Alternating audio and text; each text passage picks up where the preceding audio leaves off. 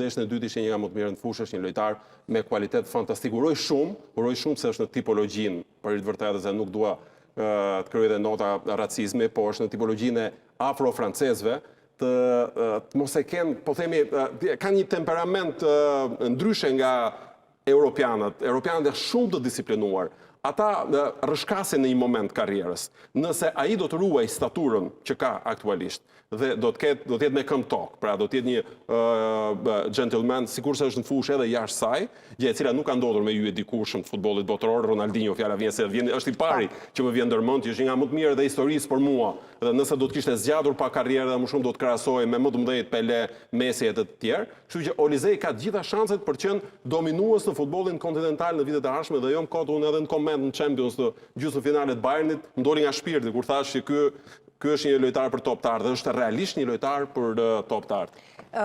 3 vendet organizatore janë kualifikuar.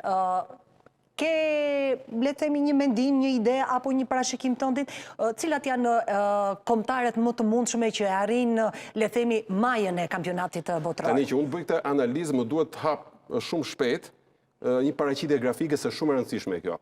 Kur ne bëjmë analizën se kush mund të shkojë deri në finale, në këtë moment ku jemi tani, duhet kemi parasysh tabelën e cila është ende hipotetike. Që do të thotë? Sepse unë mund të them që Gjermania do të shkojë në finale me Brazilin. Në fakt nuk është kështu. Gjermani-Brazil supozojmë mund të luajnë në çeriffinale, nëse nuk shikon tabelën. Pra, në këtë aspekt, unë jam i detyruar të hap tabelën e deri tanishme dhe të them që aktualisht kemi një konfigurim të kësaj natyre. Pra kjo formula e re Ervin që ka komplikuar, apo nuk ka lidhje me formulën? Kjo është shorti për formulën edhe pas fazës grupeve është hedhur me kohë. Fjala vjen vendi i parë i grupit A do të luajë me vendin e dytë të grupit C, po them unë, nuk është plotësisht kështu. Kështu që konfigurimi është bërë përpara kohë. Tani ne kemi një pasqyrë pak a shumë më të qartë tashmë. Dhe nga ajo që kam nxjerrë unë nga konfigurimet, në njërin krah të tabelës janë Gjermania, Franca, Holanda, bashkë me Marokun, se do të luajnë bashkë, dhe Spanja. Pra, Gjermania është e sigurt që është në krahun këtej të tabelës. Majtas, Franca do të jetë me Gjermaninë në rast se merr vendin e parë, pra fiton sot ose barazon me Norvegjin, dhe bashkë me to janë Holand, Marok dhe Spanjë. Që do të thotë, këto skuadra, vetëm njëra prej tyre mund të shkojnë në finale. Nga këto që përmenda. Në krahun tjetër të tabelës janë Brazil, Portugali, në rast se Portugalia rënditet e para në grupin e vet, Anglia dhe Argentina. Pra, kemi në njërin krah Gjermani, Francë, Holand, Spanjë, dhe në krahun tjetër Brazil, Portugali, Angli, Argentinë. Dhe ne nuk mund të themi tani që finale do të jetë Angli, Argentinë. Këtë e dim tashmë.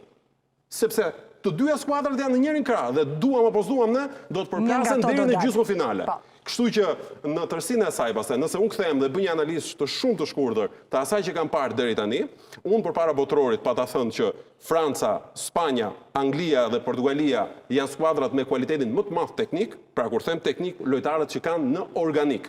Dhe pastaj rëndisja Argentinën, Gjermaninë, Holandën dhe Brazilit. Nga ajo që kam parë deri tani, qëndron ende analiza për Francën dhe për Spanjën. Spanja ka një defekt në raport me Francën për mendimin tim modest.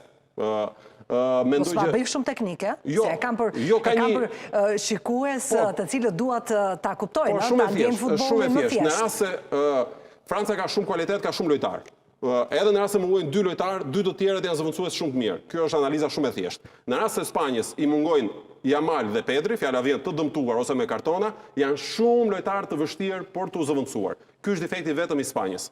Portugalia defektin më të madh e ka, nuk ka një skuadër në unitet, pra nuk shoh tek Portugalia një ekip që e transmeton Argentina. Argentina ka ndoshta më pak kualitet se sa Portugalia, por është një skuadër shumë me unitet, është shumë e bashkuar, shumë e ekuilibruar dhe e gjitha vërtitet rreth Leo Messit. Ndërkohë që te Portugalia me që kemi parë, edhe nga shtypi ndërkombëtar, duket që Ronaldo nuk është se e ka atmosferën rreth vetes, po themi aq të mirë. Anglia është një skuadër shumë e stabilizuar, ndërkohë që Brazili dhe Gjermaninë unë i shoh për hir të vërtetës, pavarësisht se janë skuadra të traditës, i shoh skuadra të cilat i lë deri në fund pra për të qenë pretendente vetëm për emrin më shumë se sa për kualitetin që kanë në fushë.